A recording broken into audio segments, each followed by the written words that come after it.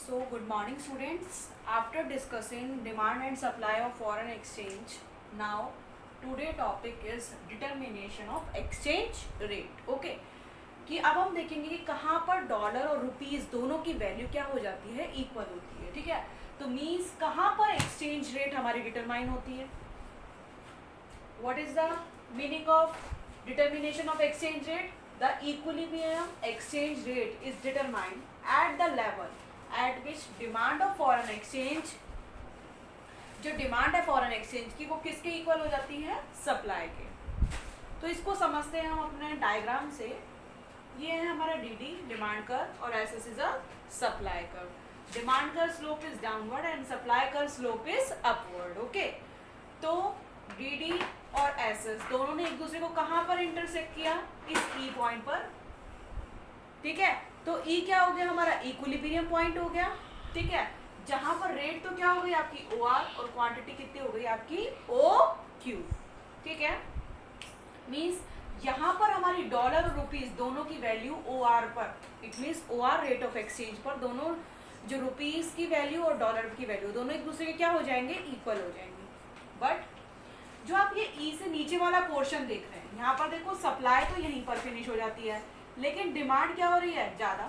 ठीक है, अब जब डिमांड ज़्यादा है और सप्लाई क्या है? कम, तो हम इसे क्या बोलेंगे? Excess of demand. It means E से नीचे वाला जो पोर्शन है, ये शेडेड पार्ट जो है, ये क्या है? हमारा excess of demand. It means यहाँ पर डिमांड क्या है? हमारी ज़्यादा है. ठीक है, अब हम क्या करना है कि एक्सेस ऑफ डिमांड से अगर ई पॉइंट पर जाना है, यहाँ पर इक्विलिब्रियम पॉइंट क्या है? E1 और रेट ऑफ एक्सचेंज कितना है हमारा? OR1. कहाँ पर? एक्सेस ऑफ डिमांड पर. ठीक है, लेकिन अगर हमें इस E1 पॉइंट से E पर जाना है इक्विलिब्रियम पॉइंट पर, ठीक है, तो हम कहाँ जा रहे हैं? ऊपर जा रहे हैं ना.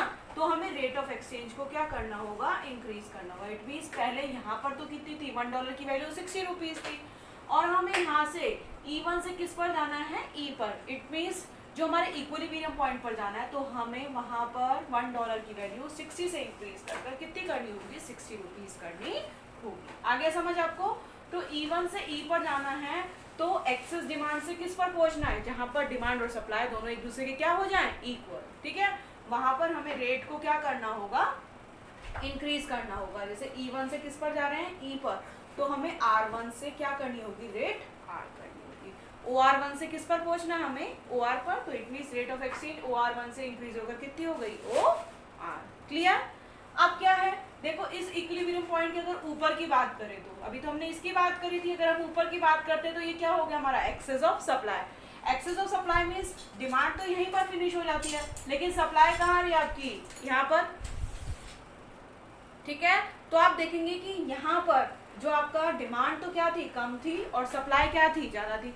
तो इट मीन्स ये पोर्शन कौन सा हो गया आपका? Excess of supply. ठीक है, यहाँ पर सप्लाई क्या है आपकी? ज़्यादा. तो यहाँ देखेंगे कि E2, इस E2 इक्विलिब्रियम पॉइंट पर आप देखेंगे कि रेट क्या है? OR2. इट मीन्स रेट क्या है आपकी? OR से इंक्रीज होकर कितनी हो गई? OR2. रेट बढ़ गई. अगर हमें फिर वापस इस इक्विलिब्रियम पॉइंट पर आना है, तो हमें क्या करना होगा? इस E2 से हम E पर आ रहे हैं, इट मीन्स नीचे आ रहे हैं ना. अब नीचे आ रहे हैं, तो हमें 62 से कितनी करनी होगी? डॉलर की वैल्यू 60. इट मीन्स डिक्रीज करनी होगी. ठीक है, तो ये हो गया हमारा डिटर्मिनेशन ऑफ एक्सचेंज रेट. कहाँ पर डिटरमाइन होगी? जहाँ पर डिमांड और सप्लाई दोनों एक दूसरे के क्या हो जाते हैं? इक्वल. वहां पर हमारी rate of foreign exchange determine हो जाती है. ठीक है, आई होप ये पॉइंट क्लियर हो गया होगा. नेक्स्ट जो टॉपिक है वो है change in demand and supply of foreign exchange. ये चैप्टर कुछ आपका वैसे ही है जैसे आपने माइक्रो का 11th में जो माइक्रो पढ़ी थी, उसका जो लास्ट चैप्टर था ना, उसी तरीके से ये चैप्टर है आपका.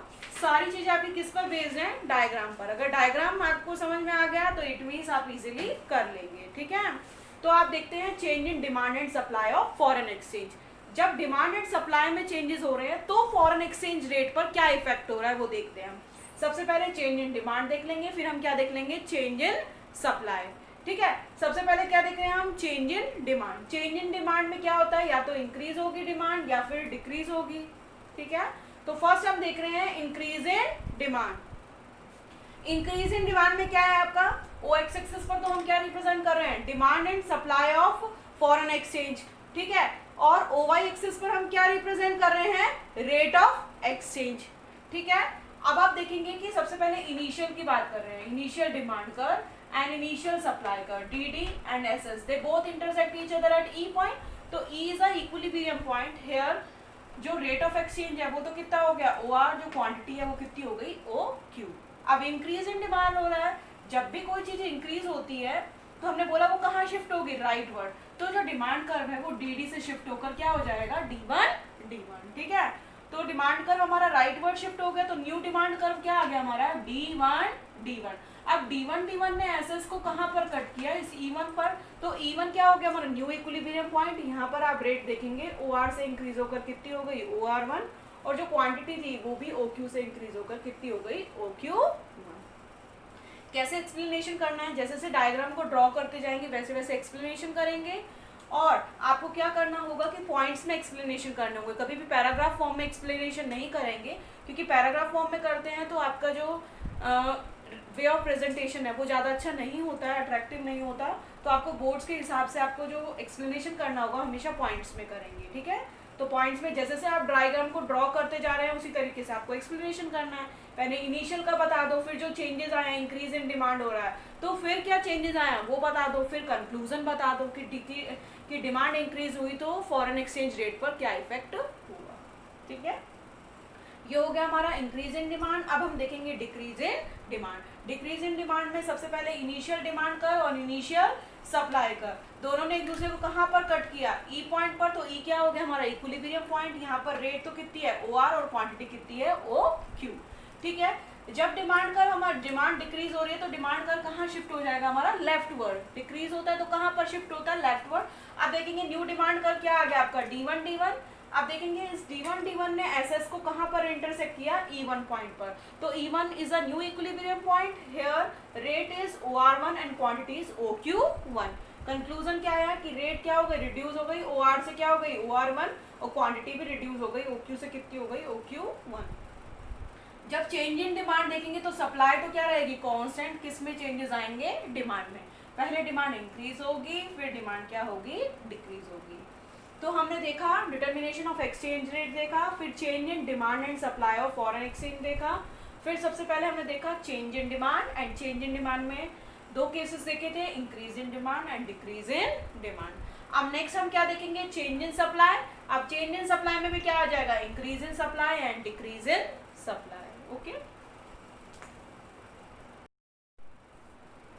Now we see the next topic that is change in supply. अब किस में चेंजेस आ रहे हैं, सप्लाई में चेंजेस आ रहे हैं, तो मीन्स डिमांड तो क्या रहेगी कांस्टेंट, और चेंज किस में आएंगे, सप्लाई में। इसके भी टू पार्ट हो गए, increase in supply and decrease in supply. सबसे पहले हम बात करते हैं किसकी, इंक्रीज इन सप्लाई की। अब देखो इंक्रीज इन सप्लाई में ओ एक्सिस पर वही demand and supply of foreign exchange हो गई, और ओ वाई पर क्या हो गया, रेट ऑफ एक्सचेंज हो गए। ठीक है, डीडी क्या है, डिमांड कर, एसएस क्या है हमारा, सप्लाई कर। ठीक है, इनिशियल डिमांड कर डीडी, इनिशियल सप्लाई कर एसएस, दोनों ने कहाँ पर दोनों को एक दूसरे को इंटरसेक्ट किया, ई पॉइंट पर, तो ई क्या हो गया, equilibrium point. Here rate is OR and quantity is OQ। When supply increases then supply कर shift to rightward, rightward shift हो गया ना सप्लाई कर, क्योंकि सप्लाई क्या हो रही है, इंक्रीज, और इंक्रीज होगी तो कहाँ शिफ्ट होगा, राइट वर्ड। तब आप देखेंगे कि जो न्यू सप्लाई कर्व है S1 उसने डीडी को कहाँ पर इंटरसेक्ट किया, E1 पॉइंट पर, तो E1 क्या हो गया हमारा न्यू इक्विलिब्रियम पॉइंट। यहाँ पर रेट देखेंगे OR1 और क्वांटिटी कितनी हो गई OQ1। रेट OR से रिड्यूस होकर कितनी हो गई OR1, बिकॉज सप्लाई क्या हो गई अब इंक्रीज हो गई, और क्वांटिटी भी देखेंगे OQ से क्या हो गई OQ1। रेट रिड्यूस हुई तो डिमांड को क्वांटिटी भी जो फॉरेन एक्सचेंज की है वो क्या हो गई, इंक्रीज हो गई, OQ से इंक्रीज हो गए OQ1 हो गई। ठीक है, समझ आया। फर्स्ट हो गया हमारा इंक्रीज इन सप्लाई, नेक्स्ट क्या है हमारा डिक्रीज इन सप्लाई। अब सप्लाई क्या हो रही है, रिड्यूस हो रही है, तो इनिशियल डिमांड कर एंड इनिशियल सप्लाई कर, they both intersect each other at E point, so E is a equilibrium point. Here rate is OR and quantity is OQ. Clear? Then we see that when supply decreases, supply curve shifted to leftward. ठीक है, supply curve कहाँ हो गया, leftward shift हो गया। Then new supply curve S1 and DD, they both intersect each other at E1 point, so E1 is a new equilibrium point. Here rate is OR1 and quantity is OQ1. Clear? तो आप देखेंगे कि decrease in supply जब हुआ तो क्या क्या conclusion क्या आया कि जो रेट थी वो OR से इंक्रीज होकर कितनी हो गई OR1, और जो क्वांटिटी डिमांडेड थी वो OQ से रिड्यूस होकर कितनी हो गई OQ। ठीक है, तो हमने देख लिया कि कैसे फॉरेन एक्सचेंज मार्केट में कैसे रेट डिटरमाइन होती है। हमारी फॉरेन एक्सचेंज जो रेट है वो कैसे डिटरमाइन होती है, जहाँ पर डिमांड और सप्लाई दोनों एक दूसरे के इंटरसेक्ट करते हैं, दोनों एक दूसरे के क्या हो जाते हैं, इक्वल हो जाते हैं। फिर हमने देखा change in demand and change in supply in foreign exchange. फिर हमने देखा कि कैसे डिमांड और सप्लाई में चेंजेस आते हैं तो फॉरेन एक्सचेंज रेट कहाँ पर डिटरमाइन होती है। ठीक है, अब जो नेक्स्ट टॉपिक है वो है हमारा फॉरेन एक्सचेंज मार्केट। कि क्या है फॉरेन एक्सचेंज मार्केट, जहाँ पर करेंसी को बॉट एंड सोल्ड किया जाता है, खरीदा और बेचा जाता है, वो कौन सा मार्केट होता है हमारा फॉरेन एक्सचेंज मार्केट। जहाँ पर डॉलर हो गए, ठीक है, और हमारे रुपीज हो गए, वो सब एक दूसरे के क्या होते हैं, एक्सचेंज होते हैं, बॉट एंड सोल्ड होते हैं। अब फॉरेन एक्सचेंज में आप बोलते हैं कि मैम डॉलर की बात करते हैं, मैं सिर्फ एग्जांपल लेके चलती हूँ डॉलर का, तो इट मीन्स ये नहीं है कि फॉरेन एक्सचेंज करेंसी में और कोई करेंसीज नहीं आएंगी, सारी आएंगी, दिनार, पौंड, जितनी भी हमारी करेंसी है उन सबको इंक्लूड करते हैं। बस हम जो एग्जाम्पल लेके चलते हैं वो किसका लेके चलते हैं, हम डॉलर का। ठीक है, तो फॉरेन एक्सचेंज मार्केट वो मार्केट होता है where currencies are bought and sold. ठीक है, आप देखते हैं कि function of foreign exchange market क्या है, कि ये मार्केट क्या क्या फंक्शंस परफॉर्म करते हैं भाई, यहाँ पर कितने टाइप के फंक्शन परफॉर्म किए जाते हैं। तो फर्स्ट देखते हैं transfer function. Transfer function means आज मैंने अगर डॉलर को किस में कन्वर्ट करा है, रुपीज में, रुपीज को किस में कन्वर्ट करा है, डॉलर में, तो ये ट्रांसफर करना, मनी को ट्रांसफर करना, डॉलर को रुपीज में, रुपीज को डॉलर में, या फिर कोई और करेंसी में कन्वर्ट करके पैसा ट्रांसफर करना। तो ये हो गया फर्स्ट फंक्शन किसका, फॉरेन एक्सचेंज मार्केट का। ठीक है, सेकंड क्या है आपका credit function. Credit function mean क्या हो गया कि मान लो आज आपने कोई भी कमोडिटी परचेज करी, ठीक है, अब परचेज करी तो उसका आपने क्या किया, हैंड टू हैंड पेमेंट नहीं करा, तो फॉरेन एक्सचेंज मार्केट आपको ये भी फैसिलिटी देता है क्रेडिट फंक्शन की, कि आप क्या कर सकते हैं 3 मंथ्स बाद भी पेमेंट कर सकते हैं। इट मीन्स क्रेडिट से रिलेटेड जो भी ट्रांजैक्शन होते हैं ना, वो भी कहाँ परफॉर्म किए जाते हैं, फॉरेन एक्सचेंज मार्केट में। ठीक है, आज देखेंगे कि आप हमारा जो बिजनेस है वो डिपेंड किस पर है, क्रेडिट पर, कैसे ट्रांजैक्शन हो रहा है क्रेडिट बेस पर, तो हमें क्रेडिट फंक्शन भी परफॉर्म करता है फॉरेन एक्सचेंज मार्केट में, क्रेडिट की फैसिलिटी भी हमें प्रोवाइड कराई जाती है। ठीक है, फिर आप देखेंगे कि अब नेक्स्ट है आपका हैजिंग। ये फंक्शन आप अच्छे से समझिए कि कैसे हैजिंग फंक्शन कैसे वर्क करता है। ये भी किस पर बेस्ड होता है, क्रेडिट, कि आपने क्या किया, मान लीजिए कोई भी ट्रांजैक्शन किया और उसका पेमेंट नहीं करा, जब आपने वो चीज़ परचेज करी तो 1 जनवरी को जो $1 की वैल्यू थी वो कितनी थी आपकी, 62 रुपीज़। ठीक है, और अगर आपने इसको $1000 का आपने माल खरीदा तो आपका टोटल अमाउंट कितना हो गया, 62,000, तो 1 जनवरी को, लेकिन आपको पेमेंट कितना करना है, 3 मंथ बाद। तो अब आप देखेंगे कि अगर 1 अप्रैल को डॉलर की वैल्यू 62 से कितनी हो गई, 64, और $1000 का आपको कितना पे करना होगा, 64,000।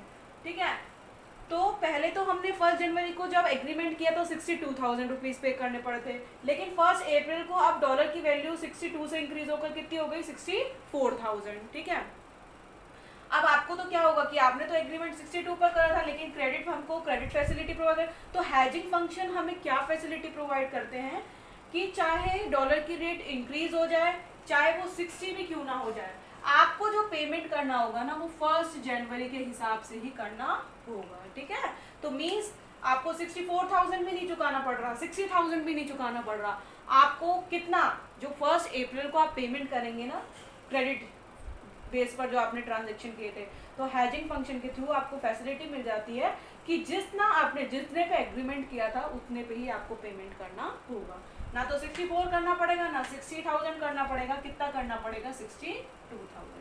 तो ये होगा हमारा हैजिंग फंक्शन, ये भी फैसिलिटी प्रोवाइड करता है, डॉलर की वैल्यू बढ़े या घटे, आपको किसी तरीके से लॉस नहीं होना चाहिए, आपको जो पेमेंट करना है ना वो आप कितना कर देंगे, 62,000 पे। ठीक है, तो these are the function of foreign exchange market. First one is transfer function, second is credit function, and third one is hedging function. ठीक है, now we see the last topic of this chapter, that is kinds of foreign exchange market. अब foreign exchange market कितने type के होते हैं वो देख लेते हैं हम।